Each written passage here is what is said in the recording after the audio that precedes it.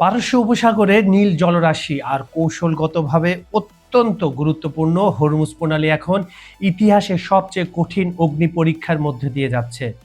মূলত ফেব্রুয়ারি মাসের শেষের দিকে শুরু হওয়া মার্কিন ইসরায়েলের যৌথ সামরিক অভিযান অপারেশন এপিক ফিউরির ভয়াবহতায় ইরানের আকাশকে এক মৃত্যুপরীতে পরিণত করেছিল। তেহরানের শাসন ব্যবস্থার হৃৎপিণ্ড লক্ষ্য করে চালানো সেই হামলায় দেশটির সর্বোচ্চ নেতা আয়াতুল্লাহ আলী খামেনি প্রাণ হারালে স্তব্ধ হয়ে যায় পুরো বিশ্ব।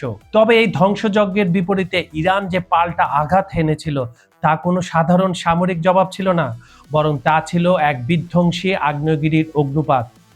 ইরানের হাজার হাজার ড্রোন আর ক্ষেপণাস্ত্রের ঝাপটায় ইসরায়েলের আকাশ থেকে শুরু করে সৌদি আরব, কুয়েত এবং সংযুক্ত আরব আমিরাতের মার্কিন ও স্থানীয় সামরিক ঘাঁটিগুলোতে চরম আতঙ্ক ছড়িয়ে পড়ে।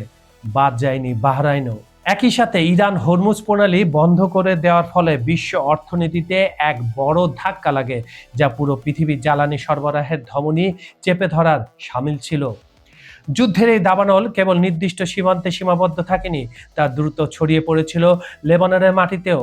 সেখানে হাজার হাজার সামরিক ও বেসামরিক মানুষের মৃত্যু এবং লক্ষ লক্ষ মানুষের বাস্তুচ্যুত হওয়ার হাহাকারে আকাশ বাতাস ভারী হয়ে ওঠে। এটি ছিল এমন এক অসম লড়াই যেখানে সামরিক শ্রেষ্ঠত্বের চেয়েও পারস্পরিক জেদ এবং টিকে থাকার লড়াইটা মুখ্য হয়ে দাঁড়িয়েছিল। অবশেষে দীর্ঘ রক্তক্ষরণের পর গত জুন মাসে ফ্রান্সের ভার্সাই প্রাসাদে দুই পরাশক্তির উপস্থিতিতে শান্তির আলোচনার পথ উন্মোচিত হয়। গত 17 জুন স্বাক্ষরিত ইসলামাবাদ মেমোরান্ডাম এই অঞ্চলে এক নতুন দিগন্তের প্রতিশ্রুতি দিলেও তা যেন মরুভূমির বালির ওপরে লেখা নামের মতোই ভঙ্গুর প্রমাণিত হচ্ছে। শান্তি চুক্তি স্বাক্ষরের পরেও সীমান্তে থেমে থেমে গোলাগুলি আর উত্তেজনার পারদ মোটেও কমছে না। একদিকে আলোচনার টেবিলে চলছে কূটনীতির ভাষা, অন্যদিকে মাটির নিচে চলছে পুরোদমে যুদ্ধের প্রস্তুতি। এক অদ্ভুত ও রহস্যময় দোলাচলের মধ্য দিয়ে ঘোরপাক খাচ্ছে সমগ্র মধ্যপ্রাচ্যের রাজনীতি। বর্তমানে ইরানের ভেতরেও এক নতুন রাজনৈতিক মেরুকরণ শুরু হয়েছে। দেশটির নতুন নেতৃত্বের সামনে এখন সবচেয়ে বড় চ্যালেঞ্জ হলো এই ভঙ্গুর পরিস্থিতি সামাল দেওয়া। একদিকে যেমন সামরিক বাহিনীর অভ্যন্তরে বড় রদবদল চলছে, অন্যদিকে মার্কিন অর্থনৈতিক অবরোধের চাপে জর্জরিত অর্থনীতিকে টেনে তুলতে হচ্ছে। বিশ্লেষকদের মতে ইরান সামরিকভাবে হয়তো বড় মূল্য চুকিয়েছে, কিন্তু ভূ রাজনৈতিক কৌশলে তারা নিজেদের অস্তিত্ব টিকিয়ে রাখতে সক্ষম হয়েছে। তবে এই শান্তি দীর্ঘস্থায়ী হবে নাকি এটি পরবর্তী বড় যুদ্ধের আগের এক দীর্ঘ বিরতি, তা নিয়ে প্রশ্ন থেকেই যায়।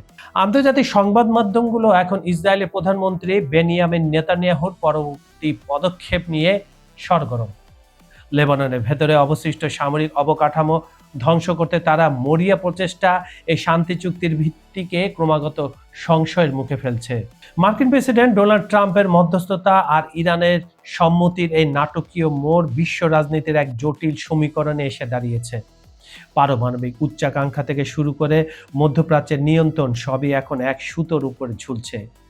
জুলাইয়ের এই দিনগুলোতে ইরান, লেবানন, রিয়াদ থেকে ওয়াশিংটন সব পক্ষই যেন দম বন্ধ করে পরবর্তী ঝড়ের অপেক্ষা করছে।